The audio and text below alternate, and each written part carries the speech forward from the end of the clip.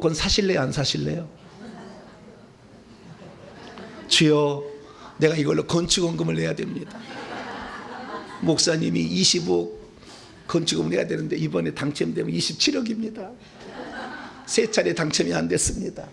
딱 나에게 떨어지면 딱 하나님께 바치겠습니다. 그거 바칠까요, 안 바칠까요? 안 바쳐요?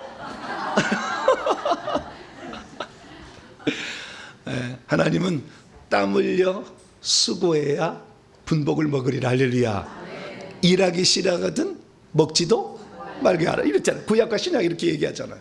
그래서 불로소득을 취하는 것은 이것은 아니에요. 네, 그래서 땀 흘려 수고해야 이게 돈이 귀하다, 값지게 쓰고 이렇게 하는 것입니다. 어쨌든 우리가 이 회개도 땀 흘려 정성 들여 이렇게 회개할 때 하나님이 꼭 받으시고 여러분의 미래를 복되게 할 줄로 믿으시기 바랍니다. 회개 기도문을 이렇게 하는데요, 회개 기도문 할 때 반드시 의문을 들을 때가 와요. 무슨 의문이냐면, 내 죄를 회개하는 것은 맞는데 내 조상들의 죄도 회개하는 것은 조금 어폐가 있지 않나, 이런 생각이 듭니다.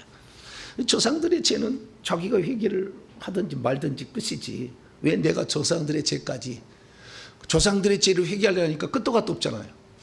내 죄는 알잖아, 어느 정도는. 근데 조상들 2대, 3대, 4대까지 마실래요? 5대, 6대, 7대 돼야 되나요? 파킨슨병이 들어간 사람 보니까 조상 11대, 16대까지 들어왔더라고요. 다 확인해 봤어요. 영안 열린 사람 요즘에 그게 가능해요. 언제 죄를 지은 죄냐, 그 죄가 다 환상으로 떠요. 그 조상들이 무슨 죄를 지었는지가. 그래서 그러면은 목사님, 성경에는 3, 4대 죄값만 묻는다고 했는데 무슨 16대입니까? 얘기하는데요, 16대 지은 죄가 누군가 회개하지 않으면 또 3대를 3, 4대 또 내려오고 계속 내려오는 거예요. 그러니까 내가 예수 그리스도를 믿어서 4대가 되었다 할지라도 내 조상들이 지은 죄를 회개하지 않았으면 계속 내려오고 있는 거예요. 그래서 4대째 믿는 신앙이 아주 말 같지 않는 신앙을 가진 자가 있다고요. 그것은 회개를 누군가가 한 번도 안 했기 때문에. 그러나 물론 4대째 믿으면 제사는 안 지낼 거 아니에요. 변형된 취도예배, 장례배 들어서 문제가 되긴 합니다만은 그래도 제사는 안 드릴 거 아니에요. 그래서 줄어들기는 줄어들어요. 그러나 회개하지 않는 악한 영들은 반드시 어느 날 폭발하게 돼 있어요. 그래서 우리가 이렇게 회개를 하는데, 회개를 하게 되면 악한 영들도 자기가 떠나야 된다는 걸 알죠. 왜? 계속 예수의 피가 들어오니까 자기가 아프잖아요. 녹아내리니까. 그래서 이제 이거 회개를 못하게 그쳐야 되겠다, 이렇게 하고 공격을 하는, 해코지를 하는 거죠. 그래서 여러분들이 회개를 하게 될 때 만만한 것은 아닙니다. 저는 처음에는 만만하게 봤어요. 회개를 어떻게 봤다고요? 네, 만만하게 봤어. 이거 그래, 회개하면 영안이 열린다는데 뭔 짓을 못해. 내가 성도들이 딱 오면은, 집사님 머리에요 뱀이 2마리 들었는데 가슴에는 대가리 3개짜리 뱀이 하나 들었네. 네, 이걸 회개하세요. 다음에 왔어요. 그거 머리에 끝 나갔는데 가슴은 아직 안 나갔어요. 얼마나 좋아요. 나도 좀 그려보고 싶더라고. 그래서 좀 영안을 열어보려고 회개를 하러 갔어요. 목사님, 그 스승한테 물어봤어요. 목사님, 저도 회개하면 영안이 열릴까요? 아무렴 열리죠. 지금까지 안 열렸네. 그래서 하나님 이것도 영안이 열린 것도 은사였구나, 나중에 알았어요. 다 되는 게 아니다라는 거예요. 네. 사도 바울이 다 아는 것 같지만 사도 바울은 죄된 본성이 귀신이라는 것을 몰랐어요. 얘기를 안 했어. 그래서 다 하나님이 개인에게 다 몰아주는 건 아니었구나 라는 걸 알게 돼요. 그래서 오늘도 제가 이렇게 회개를 합니다. 모르고 하니까 감사해요. 만약에 이 귀신이 막 더글더글더글더글 막 뱀이 막 더글더글더글 매추사라고 막 대가리가 막 이러고 있는데 손을 대려면 대지겠어요, 안 대지겠어요? 네? 매추사처럼 대가리가 많은 뱀들이 막 열고 있는데 여기를 안수하려고 하면 이거 되지게 안 되겠어? 모르니까 팍 되지 그냥 막. 네. 안 보이니까 되는 거예요. 예.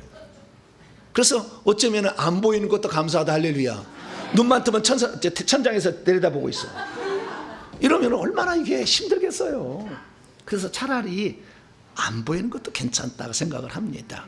그래서 어쨌든 회개를 하는데 안 보이는 게 좀 답답함은 있어요. 그러나 두려움이나 공포는 좀 줄어들겠죠.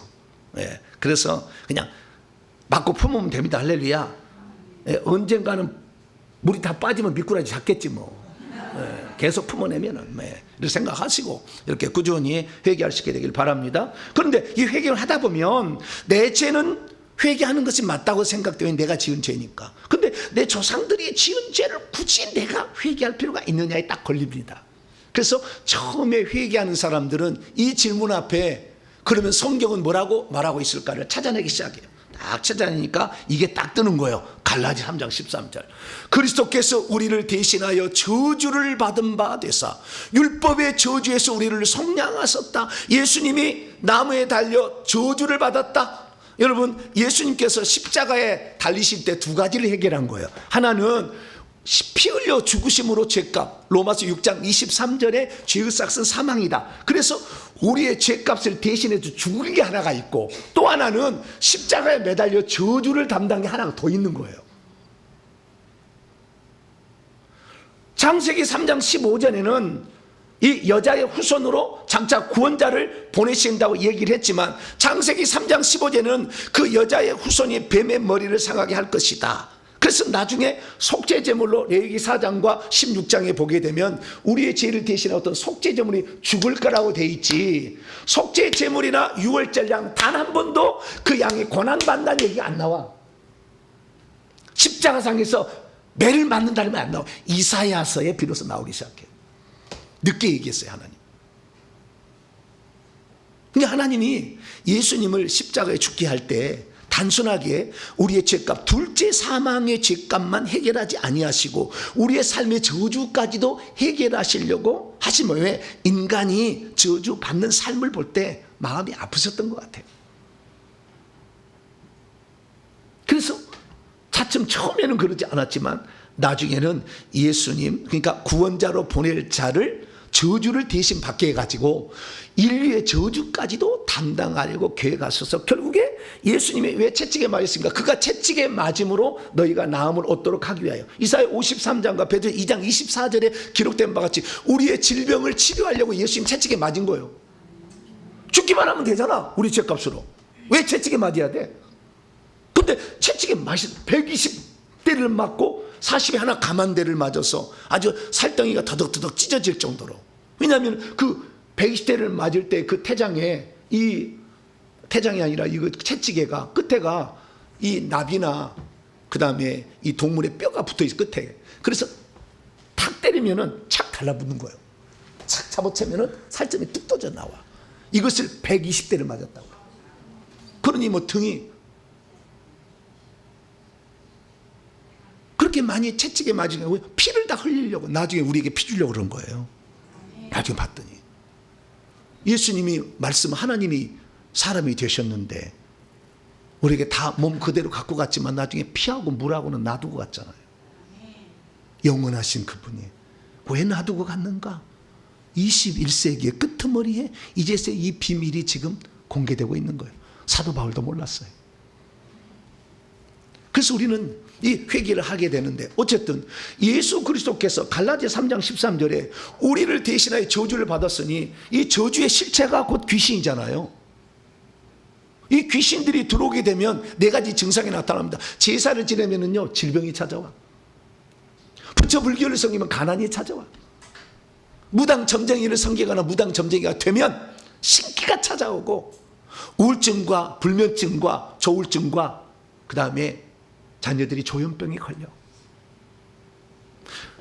마지막 미신 잡신을 섬기게 되면 우리의 삶의 모든 게 막혀. 맨날 실패. 하는 일마다 사업에 실패. 아들이 어머니 이번에 5천만 원만 주시면 내가 사업에 꼭 성공해서 어머니 행복해드려. 5천만. 어머니 다시 무릎을 꿇어. 어머니 5천만 원 안 되고 1억을 더 주세요. 그래서 어머니가 1억이 없으니까 여기서 빌려. 아들이 이번만 도와달라는데 어떻게? 도와줄래요? 안 도와줄래요? 안 도와줘 버려요. 이번만 한 번만 무릎 꿇고 눈물을 탈구통 같은 눈물을 흘리면서 어머니 이번만 좀 도와줘. 돈이 부족하면 여기다 빌려갖고 그래서 돈을 도와줘. 근데 또 실패. 왜 그럴까요?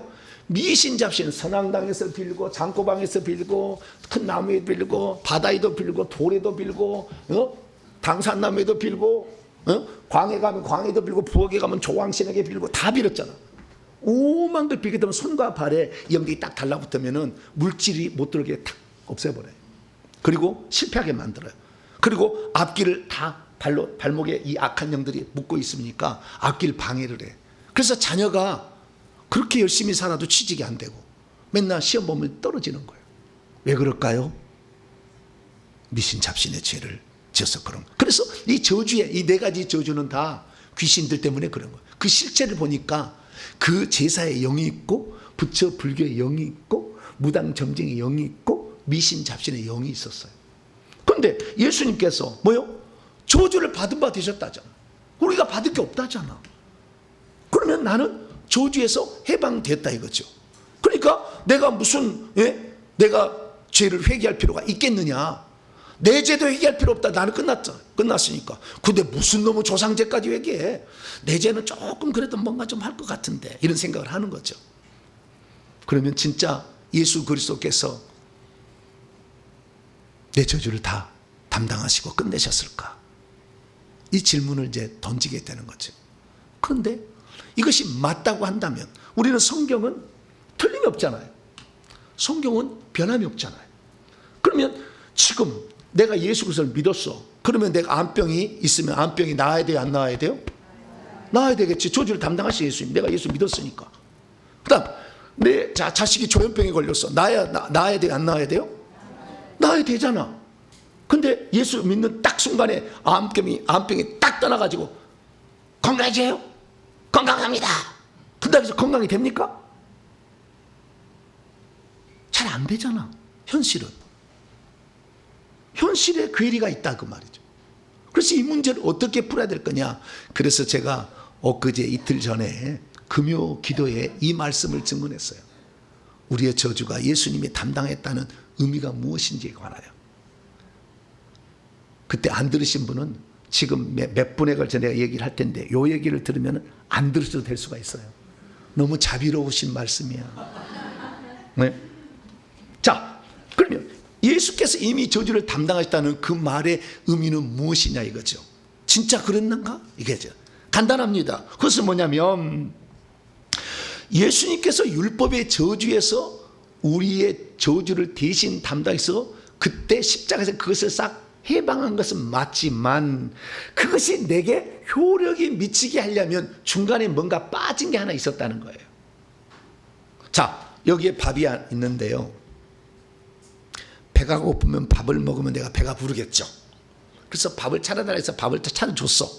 그러면은 손을 들어서 떠먹는 수고는 내가 해야 되잖아요. 그냥 밥이 여기 보고 있으면 밥 차려놓은 거 보고 있으면 배가 부릅니까? 내가 밥 차린 것도 아니야. 다 차려준 거예요. 아무것도 나 한 일이 없어. 밥 차려줬어. 그러면 그것을 내가 손으로 떠먹는 수고는 내가 해야 된다 그거죠. 이건 거예요. 다시 말해서 예수님이 우리 죄를 우리의 그 저주를 대신 담당했지만 그 저주가 내게 효력이 미치게 하려면 내가 지은 죄를 자백해야 된다는 말이 있었다는 거예요. 자백하지 아니한다면 답은 있어. 예수님이 우리 죄를 속량했어. 또한 저주까지 속량했어. 그럼에도 불구하고 그것이 내게 효력을 미치지 않는 거죠. 자, 예수님이 우리 죄를 죽여서 죽었지만 믿지 않으면 효력이 없잖아. 믿지 않으면 둘째 사망의 해를 받잖아요. 자, 예수님이 우리의 저주를 담당해서 끝냈어. 그런데 그것을 내가 자백함으로 내 것이 되게 하는, 숟가락을 떠서 먹지 않으면, 자백하지 않으면 내 것이 안 되잖아요. 그럼 최소한 하나님께서는 우리에게 네가 지은 죄들에 대해서 자백은 해라 라고 말했다는 거죠. 할렐루야. 그래서 그 자백을 하게 되면 진짜 없어지는 거예요. 근데 그걸 몰랐던 거죠. 그래서 예수만 믿으면 당연히 우리의 저주가 떠나는 것으로 우리는 생각을 했는데 실제는 안 그래. 제가 어느 날 삼성병원에 가가지고 성도가 있어가지고요, 저 밑에 휠체어를 타고 지나가더라고요. 그래서 권사님 그랬더니 수많은 사람이 쳐다봐. 나는 내 교회 권사님 불렀거든요. 많은 사람이 쳐다봐. 권사가 많이 있었던 거야 거기에. 예수 믿으면 저주가 없어져 병원에 오지 말아야지. 왜 거기 있는 거요? 뭔가가 지금 문제가 있는 거잖아요. 뭔가 안 되는 게 있는 거잖아요. 그래서 회개를 했더니 질병이 낫고, 할렐루야. 귀가 안 들린 자가 귀가 들리는 거. 허리가 아픈 사람, 지난주에도 사역받아서 허리 디스크로 그렇게 일평생 고생한 사람이 안수받고 갔더니 깨끗이 낫다고 문자가 보내왔어. 이게 낫는다고. 그래서 회개를 해야만이 내 속에 있는 영들이 나간다. 할렐루야. 그것이 저주의 실체가 귀신이었다. 그런데 로마서를 아무리 딥다 읽어도 귀신 얘기는 한 번도 안 해. 회개라는 말을 한 번도 얘기하지 않아.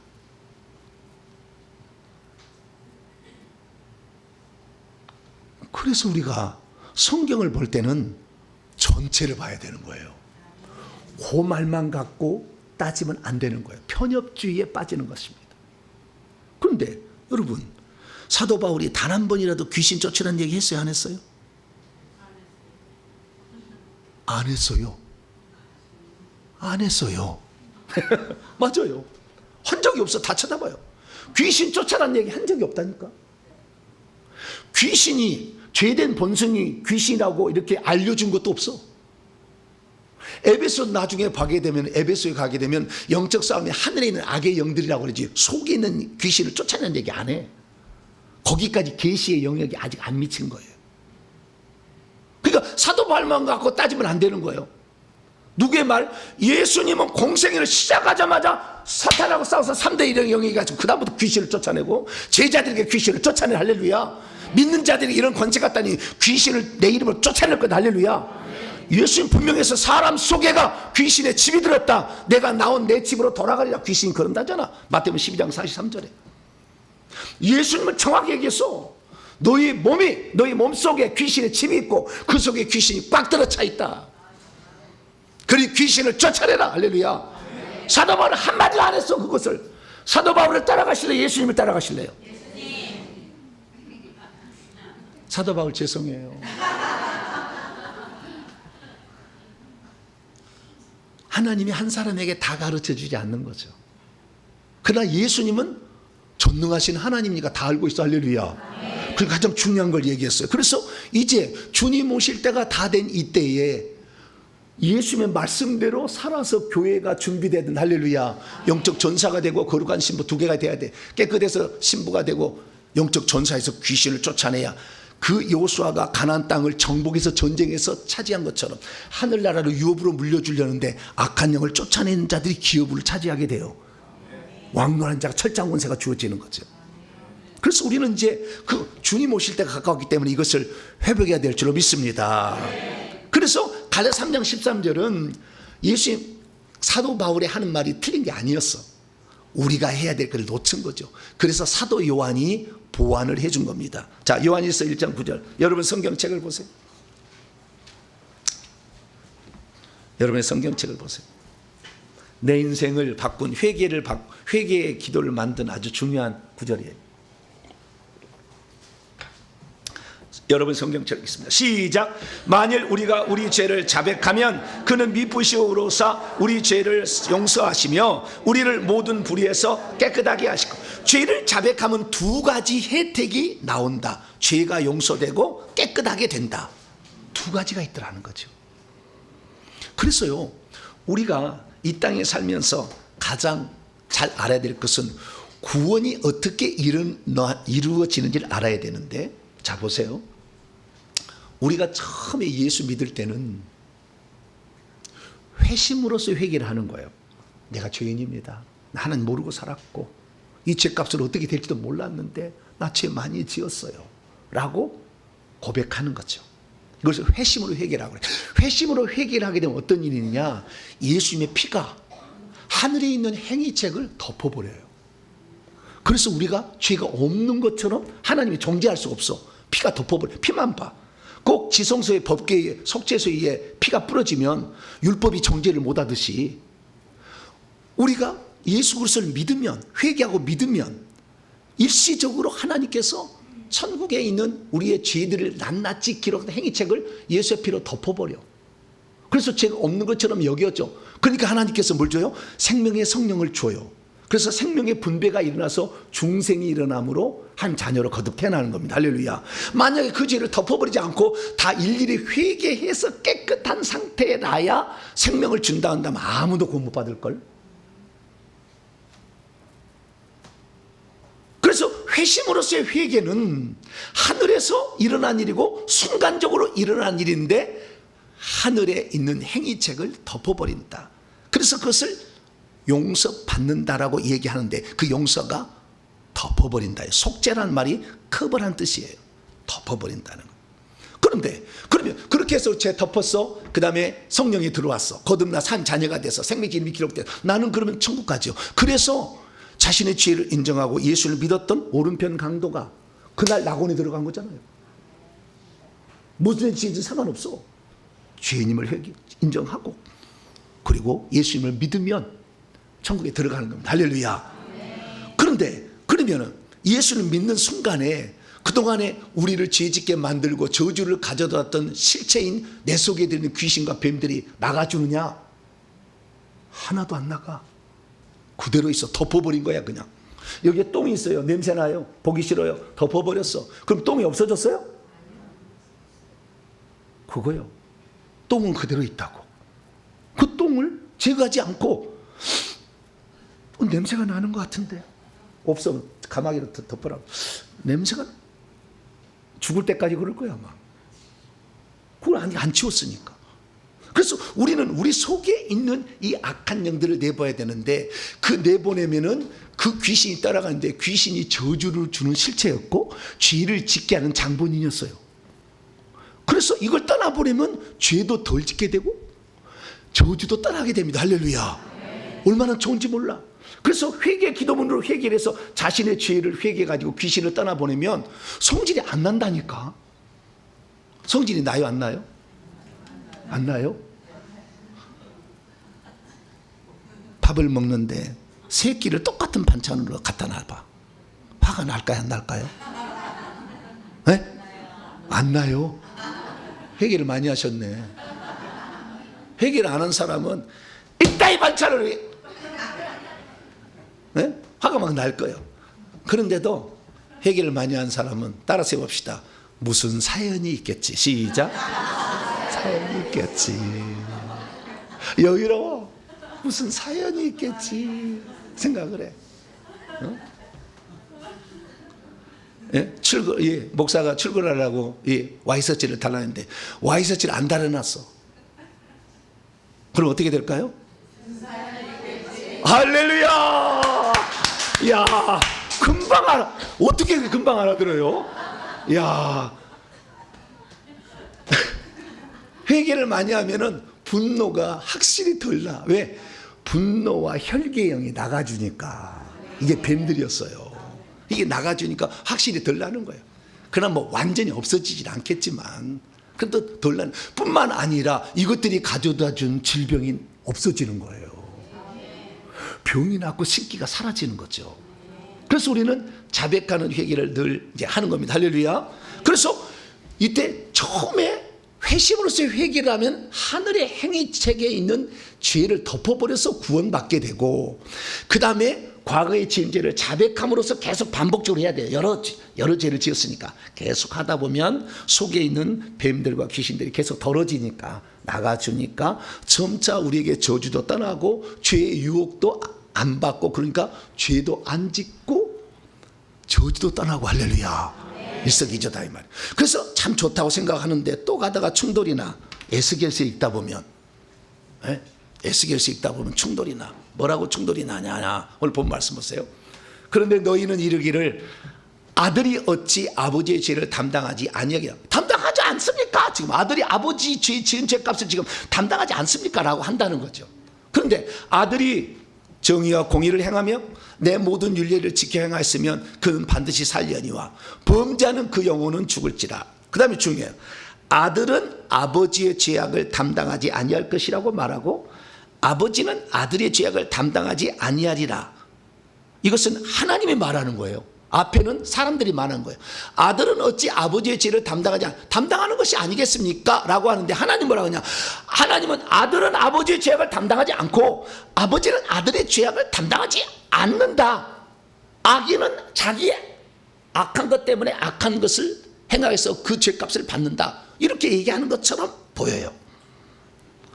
그래서 우리는 그동안에 출애굽기 20장 5절에 나온 말씀 따라서 이 우상숭배의 죄를 짓게 되면 그 아버지의 죄악을 아들 3, 4대까지 묻게 하겠다, 형벌을 주겠다 분명히 약속했는데 이건 거의 하나님이 뒤집어 버리는 거잖아요.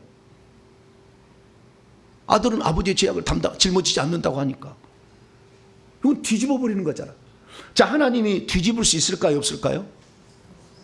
없어요. 분명히 뒤집고 있다 그 말이에요. 그래서 우리가 참 여기서 우리가 깊이 생각해 봐야 돼요. 하나님은 전에 한 말을 뒤집을까? 근데 분명히 둘은 충돌이 나는 거예요. 그래서 오늘 이 시간에는 이 두 번째 문제, 아들은 아버지의 죄악을 담당하지 아니하는 말의 진정한 뜻은 무엇인가?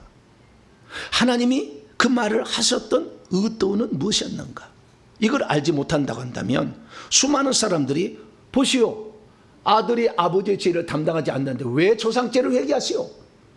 여러분, 히브리어는요 놀라운 특징이 있는데요, 아들은 아들만이 아니라 후손 자손이란 말도 번역이 돼요. 아버지는 아버지란 말만이 아니라 조상이란 말로 번역해요. 우리의 아버지란 말이 우리 아버지 아브라함이 원문은 우리의 조상 아브라함이라고 번역을 했지만 원문은 우리 아버지 아브라함이요. 근데 조상이라고 번역할 뿐이요. 이게 히브리어는 참 희한해. 문맥에 따라서 어떻게 해야 될까 결정을 해야 돼요. 그렇게 돼 있어요. 그러니까 후손이란 말도 없고 조상이란 말도 없는 거예요. 뭐요? 아들과 아버지만 있는 거예요. 여기를 좀 확대한다면은 이 후손이 조상의 죄를 담당하지 아니하리라 여호와가 말한다 그런 말이 있는데, 그러면 과거에는 이 에스겔에서 말할 때는 지금 완전히 뒤집어 버리고 앞에 말하는 걸 뒤집어 버리더니 하나님이 이상하다는 거잖아요. 그래서 이 문제를 우리가 반드시 풀어야 됩니다. 그러면 어떻게 풀 수 있을까요? 오늘 본문 말씀을 제대로 알아야 되는 거죠. 오늘 본 말씀 어떤 말씀입니까? 범죄하는 영혼이 자기의 죄값으로 죽는 것이지 결코 부모나 자식의 죄값으로 죽는 것은 아니라 라고 했다는 말씀입니다. 그렇다면 자신의 부모와 자기의 부모와 조상들의 죄값을 후손들이 전혀 받지 않는다는 말일까요? 부모나 조상들이 지은 죄 때문에 내가 형벌받을 일은 전혀 없다는 말일까요? 많은 그리스도인들이 에스겔서 28장 20절의 말씀을 읽으면서 이렇게 생각합니다. 내 조상들이 죄를 아무리 많이 지었다 할지라도 그러한 이유 때문에 내가 형벌받을 일은 결코 없어. 조상들의 지은 죄는 조상에게 돌아가고 내가 지은 죄는 나에게 돌아올 뿐이야. 근데 무슨 조상의 죄를 회개해 기도하면 던져버려. 그러면 여러분이 꿀먹은 벙어리가 돼. 내가 잘못하고 있구나. 회개 기도하면 던져버려야 되겠네. 찢어버려. 그렇게 할 수도 있지 않겠어요? 그래서 우리는 이 본문을 제대로 해석해야 됩니다. 오늘 본 말씀은 어떤 말씀입니까? BC 597년 에스겔이 25살이 되던 해입니다. 남유다 제19대 여호야김 때에 이스라엘 민족이 2차로 바벨론의 포로로 끌려갑니다. 그때 에스겔도 같이 갑니다. 그런데 그 에스겔이 끌려가서 하나님께 이 부름을 받은 것에 대해서 책을 쓰기 시작해요. 그런데 그 책을 쓸 때 자기가 바벨론의 포로로 끌려가서 거기서 쓴 게 아니라 예루살렘 때 이미 하나님이 에스겔을 불러가지고 썼어요. 그래서 과거의 것도 써놔요. 그것이 4장부터 24장까지는 아직 바벨론에 끌려가기 전에 예루살렘에 있었던 상황을 쓰고 있어요. 그런데 지금 에스겔서 18장은 아직 바벨론에 멸망당하기 전에, 바벨론 끌려가기 전에 상황에서 쓴 거예요.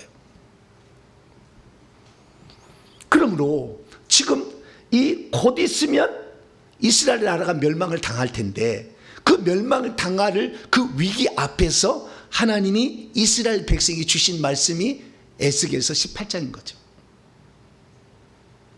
그래서 이 말씀이 우리가 아들이 아버지의 죄를 담당하지 않는다는 말이 아들이 아버지의 우상숭배의 죄로 말미암아 형벌을 받는다는 말이 아니라, 곧 멸망을 당하면 네가 다 죽을 텐데 죽기 전에 니네들이 지은 죄 때문에 니네들이 지옥 갈 수 있으니까 빨리 회개하라고 준 말이요. 에스겔서 18장에 단 한 번도 조상들의 지은 죄값으로 형벌을 받는다, 재앙을 받는다 안 나와. 단 한 번도 안 나와. 그 얘기는 안 나와. 그런데 우리는 이 본문을 해석할 때 어떻게 해요?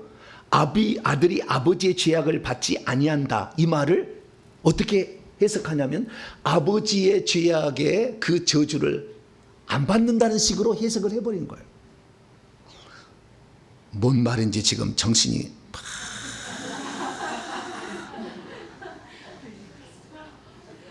좀 설명이 필요해. 그래서 제가 그것을 설명을 해드리겠습니다. 다시 한번 읽어볼까요? 본문을.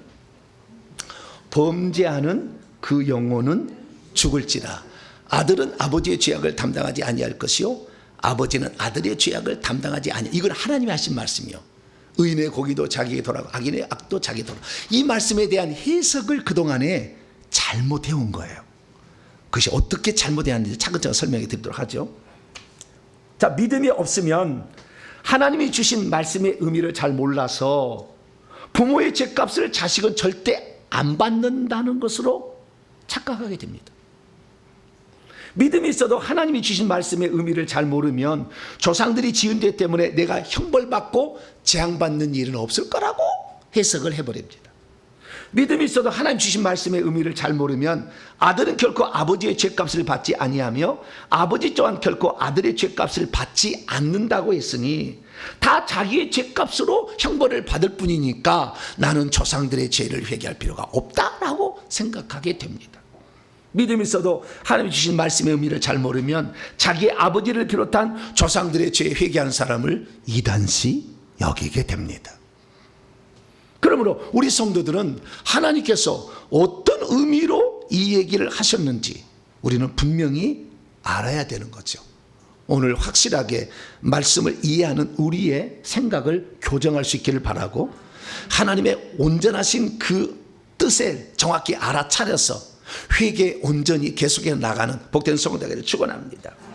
자, 그러면 에스겔서 이 18장 20절의 말씀은 틀린 말일까요? 틀리지는 않았을 거 아니에요. 하나님이 이래. 그러면 중요한 건 뭐냐면 첫째, 충돌이 된다 그 말이에요. 자, 20장 3절 5절 너는 나 외 다른 신을 내게 두지 마. 1계명 어기지 말라. 그 다음에 4절부터 2계명이요. 너를 위하여 새긴 우상도 만들지 말고 절하지도 말고 섬기지도 말아라. 만약에 너희들이 나를 미워하는 죄, 다른 신들을 내게 두거나 우상을 만들거나 절하고 섬기면 그 죄를 갚되 형벌하되 아버지로부터 아들에게로 3, 4대까지 이르게 하겠다라고 말합니다. 형벌을 준다는 얘기 안 준다는 얘기예요. 준다는 얘기잖아요. 3, 4대까지. 그러면 아니 오늘 본 말씀에는 뭐요? 아들은 아버지의 죄악을 담당하지 아니할 것이요. 그러면 하나님이 과거에 율법으로 말씀하실 때, 십계명으로 말씀하실 때는 엄포를 놓고서 너희들 죄값을 3, 4대 묻게 할 거야. 그러다가 에스겔 선지에 들어오니까 괜찮아 이렇게 해버리면 됩니까? 우리는 그럴 수가 있어요. 왜냐하면 우리는 어제 한 얘기 그대로 하면 내가 손해날까 하면 먹어버려 말을. 언제 그랬니?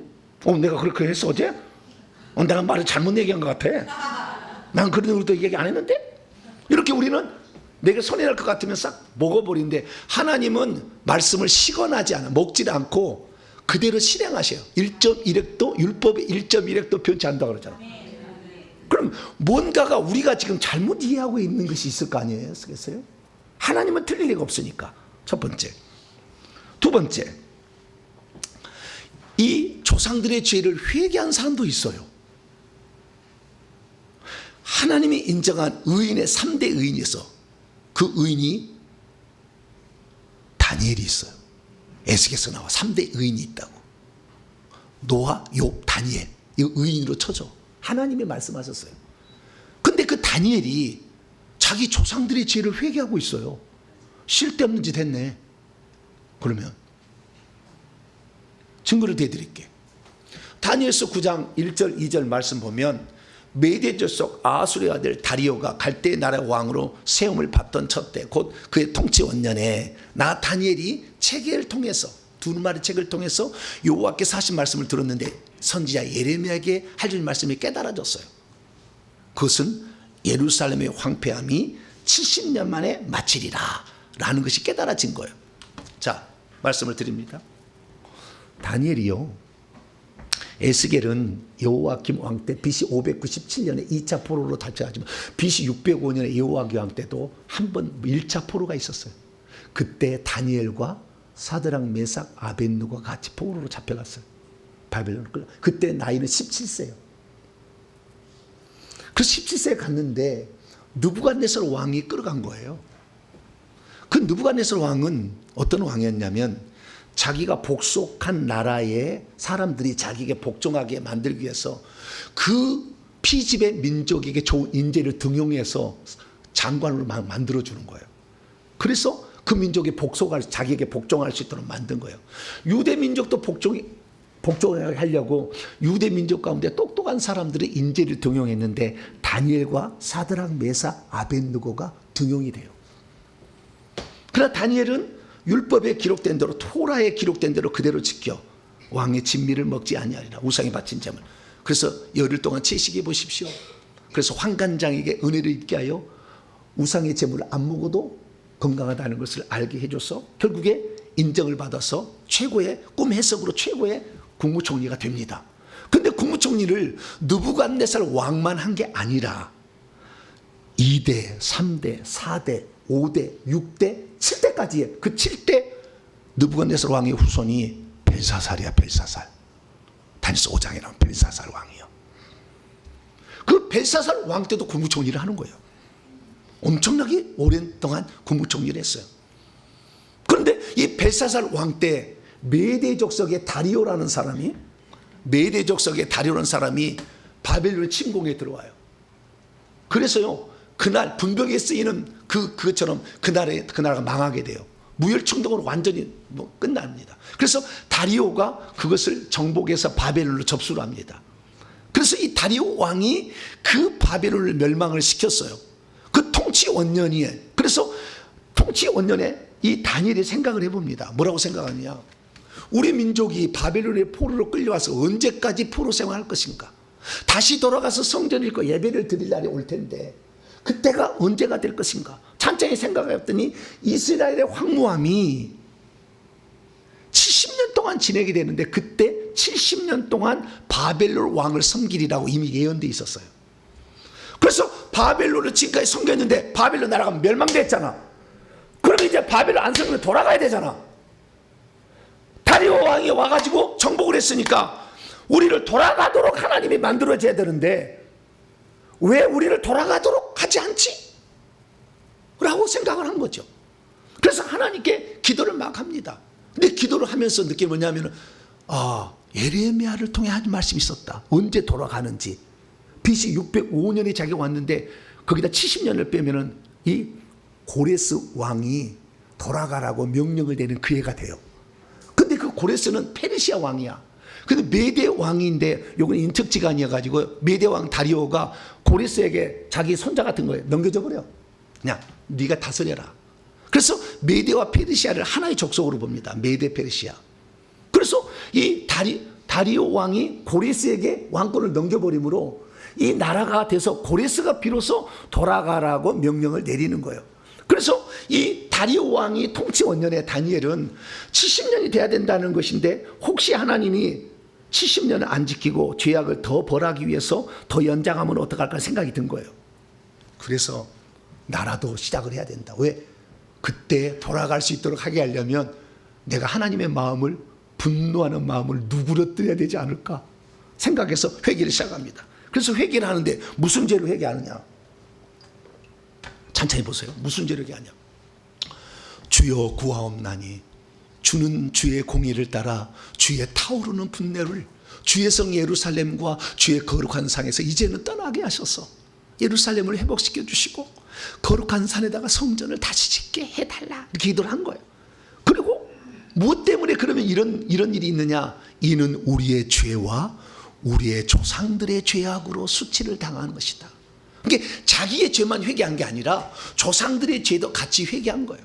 그럼 조상들의 지은 죄 때문에 뭔 일이 벌어졌느냐? 다니엘서 9장 10절 11절 온 이스라엘이 주의 율법을 범하고 치우쳐가서 주의 목소리를 듣자 순종하지 아니해서 이 저주가 지금 우리에게 내렸다는 거예요. 조상들의 지은 죄로 저주를 받고 있잖아 지금.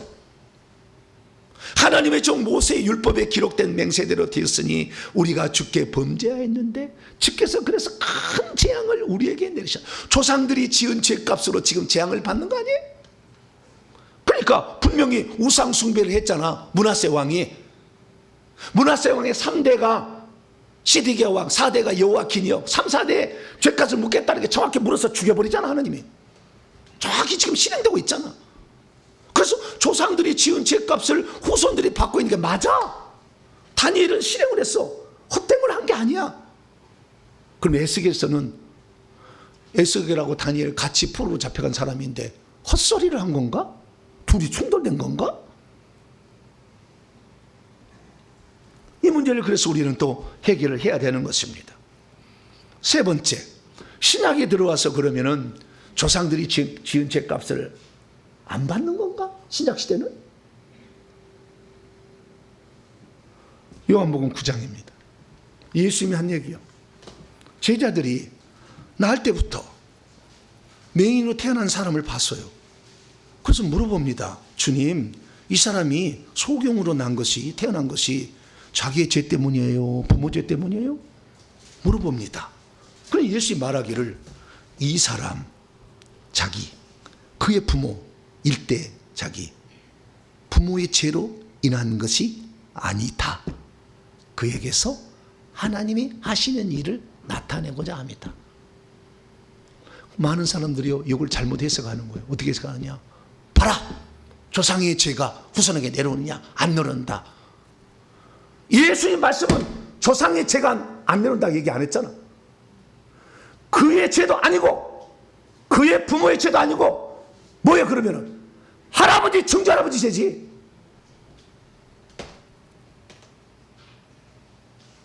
제가요, 귀신을 많이 쫓아보고 다 해봤어요. 귀신이 언제 들어가나? 할아버지 것이 손자에게 들어가요. 할머니 것이 손자에 들어가요. 왜냐하면 할머니, 할아버지가 죽잖아요. 그럼 육체 속에 있는 귀신이 어디로 들어갈지 집을 찾아서 들어가려고 나와. 왜? 그 육체 속에는 별 볼 것이 없으니까 이제. 그래서 나와서 어디 들어가려고 하냐. 손자가 막 시체를 보고 할아버지 그럼 쏙 돌아버려. 아버지는 아직 안 죽었기 때문에 안 들어온다니까. 그래서 그와 그 죄, 자, 이 사람이 자기가 맹인으로 태어났어요. 자기의 죄를 뭔 죄를 지어서 맹인으로 태어나? 죄 안 지었어. 그럼 그의 부모의 죄도 아니래. 그건 뭐예요? 할아버지, 증조할아버지 죄겠지. 2, 3, 4 됐고 그 죄겠지. 그러나 그 죄지만, 죄로 지금 태어났지만 그 사람 죄도 아니지만 예수님은 이 세상에 빛으로 오셨다. 나는 생명의 빛을, 나는 세상의 빛이라는 것을 드러내기 위해서 수전절에 이 사람을 고쳐주는 거예요. 그래서 하나님이 하시고자 하는 일, 나는 빛으로 어둠 가운데 있는 자를 보게 하려고 왔다. 할렐루야. 그래서 전하께서 고쳐줬다는 거예요. 그래서 신약 성경도 그 조상들이 지은 죄값을 후손이 받는다. 여러분, 오늘날 장인이 태어나는 거요, 엄청나게 조상들이 죄를 지은 거예요. 악한 죄를 지었어. 엄청나게 억울한 일을 당하게 막 만들었다고. 억압, 폭력, 살인, 권력 남용의 죄를 심각하게 진 거예요. 그래서 장인이 태어나지 절대 장인이 태어날 리가 없어. 장인이 태어난 사람은 전부 그 조상이 엄청난 세도가였어. 양반 집안이었다고. 다 봐. 상놈 집안이 없어. 다 찾아보세요. 제가 다 연구하고 정연구 아니에요. 다 찾아봤어. 다 알아봤어 내가. 그랬더니 확실히 그렇더라고. 그래서 신약에서도 얼마든지 그 조상들의 죄값을 후손이 받는다 사례가 나오고 있잖아요. 그러면 에스겔 때 하나님은 치매가 걸리셨나?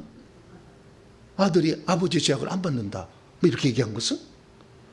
그래서 우리가 성경을 전체적으로 봐야 되는 거죠. 상황을 봐야 되는 거죠. 문맥을 봐야 되는 거죠. 그래서 제가 성경을 봤는데요, 깜짝 놀랐어요. 로마서에 그 해답이 들어있었어요. 로마서는 사람이 죄를 짓게 되면 두 가지 결과가 나온다고 나와 있어요. 첫 번째 결과는 그 죄 때문에 자신이 둘째 사망, 지옥에 떨어질 수 있다 이렇게 나와요. 이것이 로마서 5장 12절이요. 그 다음에 로마서 7장 18, 19절 보게 되면 두 번째, 죄를 짓게 되면 두 번째요, 죄된 본성이 들어온다 이렇게 얘기하고 있어요. 자, 먼저 로마서 5장 12절 볼까요? 로마서가 답을 해주고 있어요. 이 질문에. 그러므로 한 사람 아담으로 말미암아 죄가 세상에 들어오고 죄로 말미암아 사망이 들어왔나니 이와 같이 모든 사람이 죄를 지었으므로 사망이 모든 사람. 그러니까 사람은 죄를 지어서 그 죄값으로 사망을 받는 거예요. 그런데 이 아담이 지었던 죄를 원죄라고 하잖아요. 그리고 원죄 때문에 사람이 죽는다는 거예요. 근데 원죄를 실체를 봤더니 죄된 본성이야. 죄된 본성이 뭐냐? 죄된 본성이 귀신이요, 뱀들이요. 그래서 이 사망의 영은 다 뱀이고 뱀입니다. 그래서 뱀들이요, 시커먼 뱀이요, 구슬처럼 생긴 뱀이요, 죽게 될 때요 다리서부터 팍 수많은 구슬 같은 뱀이 올라가서 여기 딱 올라오면 숨이 그래. 그래서 어떤 목사님이 자기 아버지가 돌아가시려고 이렇게 하니까 이것들이 내 아버지를 죽이려고 여기 보이니까 그 뱀들의 시커먼 뱀들을 그러니까 아버지가 후 그러더래. 후. 근데 이 뱀들이 다시 또 이것들이 몇 번을 했대. 그때 지쳐갖고 못하겠더래. 사람은 죽어야 되는구나. 주님께 물어봤더니 이게 뭡니까? 사망의 영이다. 그 사람은 죄값으로 죄의 삭은 사망이에요. 죽게 돼 있어. 그래서 이거 죽는다는, 죄를 지으면 죽는다. 이것은 죄의 값을 지불해서 결국에 둘째 사망에 들어간다 이 말이죠. 또 하나는 뭐냐면은 로마서 7장에 나와 있는 말씀이요. 18절 20절. 그 죄를 짓게 되면 우리 속에 죄된 본성인 귀신들과 뱀들이 들어온다는 거예요. 내 속과 내 육신에 선한 것이 거하지 않으니 원하면 내게 있으나 선을 행하는 것은 없다. 원하는 바 선을 행하지 아니고 원치 아니하는 악을 행하는 것은 내 속에 거하는 죄다. 그 죄된 본성을 영화를 열어봤더니 귀신과 뱀들이에요. 이것들이 들어와서 죄를 짓게도 만들고 저주를 주고 있는 것이에요. 그래서 죄를 짓게 되면 두 가지 결과가 나오니까 지금 아들이 아버지의 죄악을 받지 아니한다는 말은 둘 중에 하나일 수 있어요. 둘째 사망을 받지 아니한다. 그 다음에 죄를 지키면 둘째 사망을 받는다, 저주를 받는다. 두 가지 경우의 수가 있었던 거죠. 근데 많은 사람은 에스겔서의 아들이 아버지의 죄를 받지 않는다는 말을 저주를 받지 않는다고 해석을 해버렸어. 둘째 사망의 해를 받지 않는다고 그렇게 해석하지 아니. 둘째 사망의 해를 받는다고 하지 아니하고 저주를 받는다는 것으로만 계속 해석한 거예요. 그런데 에스겔서는 단 한 번도 저주를 받는다, 재앙을 받는다는 말 얘기를 안 해. 너가 지금 곧 네 나라가 멸망해서 니들 다 죽어. 죽으면 네 죄로 말미암아 지옥 갈 수 있으니까 빨리 회개해야 돼. 요 얘기를 지금 하고 있는 거예요. 그래서 에스겔서 결론은 이렇게 돼 있어요. 자, 18장 3절 읽어봅니다. 시작. 주 여호와의 말씀이니라. 이스라엘 족속아, 내가 너희 각 사람이 행한 대로 심판, 아비의 죄악대로 심판한 게 아니라 네 죄를 내가 심판한다 이거예요. 너희는 돌이켜 회개하고 너희 죄에서 떠날지어다. 그래야 이제 그것이 너희에게 죄악의 걸림돌이지. 곧 있으면 너희가 죽는데 조상 죄 타다고 맨날 고생한다고 말할 게 아니라 네 죄를 회개하지 않으면 너 지금 곧 있으면 멸망당해. 다 죽어. 느부갓네살 왕이 했어서 빨리 회개해서 살아야지. 할렐루야. 둘째 사망의 해를 받지 않아야지. 네 죄 지금 아니라고 조상 죄만 타다 올 게 아니잖아. 지금 그 얘기를 하고 있는 거야. 계속 31절에 너희는 너희가 범한 모든 죄악을 빨리 버리고 마음과 영을 새롭게 하라. 이스라엘 족속아, 너희가 어찌하여 죽고자 하느냐? 주 여호와의 말씀이니라. 죽을 자가 죽는 것도 내가 기뻐하지 아니하는디 너희는 돌이켜서 빨리 살아야 돼. 할렐루야. 너희들이 너희들의 죄 지금 조상죄 탓할 게 아니라 네 죄로 지금 곧 죄 있는 거 회개치 않으면은 저 느부갓네살 다 죽여버릴 텐데 그때 지옥 가지 않느냐? 빨리 돌이켜 회개해야 돼. 너희들의 종말이 지금 가까웠어. 그 얘기를 하고 있는데 해석하는 사람은 이 자녀가 아비의 죄를 받지 않는데 형벌을 받지 않는다는 식으로, 저주를 받지 않는 식으로 잘못 해석을 해버린 거예요. 그래서 에스겔서 18장을 읽어보면요, 죽느냐 사느냐 이 문제만 얘기하고 있지 형벌 받고 저주 받느냐 한마디도 안 나와. 자 봐봐요. 제가 다 써놨어요. 4절에 보니까 그 영혼은 죽느냐 사느냐 이것밖에 안 해. 범죄하는 영혼은 죽으리라. 9절에 의인은 반드시 살리라. 13절에 결코 살지 못하리라. 반드시 죽을 자. 17절에 반드시 살겠고, 19절에 그는 반드시 살려. 20절에 범죄하는 그 영혼은 죽을지라. 21절에 반드시 살고 죽지 아니하라. 22절에 그가 행한 공의로 살리라. 23절에 죽는 것을 좀 더 기뻐하랴. 사는 것을 어찌 기뻐하지 않겠냐. 24절에 모든 가져간 대로 살겠느냐. 그가 범한 허물과 그대로 죽을 것이다. 26절에 그 행한 죄악으로 죽을 것이다. 27절 공의를 하면서 영원히 보전 살 것이다. 28절 반드시 살고 죽지 않니라. 32절 죽는 것도 기뻐하지 않고 내가 살기로 한다. 할렐루야. 처음부터 죽느냐 사냐 이것만 지금 얘기하고 있지, 니네들이 지금 조상들이 지은 죄 때문에 형벌을 받고 저주를 받고 이 문제를 언급하지 않았어. 왜? 임박한 죽음이 가까웠잖아. 느부갓네살 와서 저 죽여버릴 거니까. 조상 죄 탓하지 말고 너희들 지금 죄 회개해서 살아야지. 그래서 아들이 아버지의 죄악을 담당하지 않고 네 지은 죄로 네가 담당하는 거야. 그 얘기를 하고 있었던 것입니다. 근데 많은 사람들은 회개하기 싫으니까 아버지의 죄악을 아들이 안 담당하는데 왜 조상죄를 회개합니까? 그러면 권사님 부르면 날마다 쳐다봐야지 뭐. 병원에 가서 권사님 그러면은 30년에 또 쳐다봐야지. 왜? 맨날 병원 신세 될 거니까.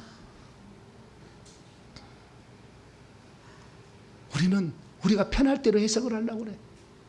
하나님의 말씀은 틀림이 없어요. 하나님 말씀을 절대 뒤집지 않아. 출애굽기 20장 5절에는 죄를 지으면 저주를 받는다는 얘기고, 에스겔서 18장 20절은 죄를 범하면 지옥 간다는 얘기야. 다른 얘기였어. 왜 둘을 합쳐가지고 이쪽을 갖다 놨다가 막 바꿔버리냐 그 말이에요. 그건 아니지. 그래서 우리는 성경에 말씀하신 그 문맥과 상황을 정확히 보면 무엇 때문에 출애굽기는 20장 1절부터 우상 숭배 죄 계속 얘기하잖아. 그 죄값을 받는데 얘기하는 것이고, 에스겔서는 네가 지금 당장 죽게 돼 있는데 조상죄 탓하지 말고 네 죄 때문에 네가 지옥 가게 생겼으니까 빨리 회개하고 살아라. 빨리 회개해야 돼. 할렐루야. 그 얘기를 하고 있었다는 것입니다. 사는 성도 여러분, 그래서 우리가 회개를 하게 되면 둘째 사망의 해도 받지 아니하고, 할렐루야, 살아서 계속 회개하면 저주도 떠나가니 이 좋은 것을 하라고 하는데 회개 기도면 찢어버려라. 뭔 조상죄냐 이렇게 얘기하고 있어요. 어리석은 우리의 모습입니다.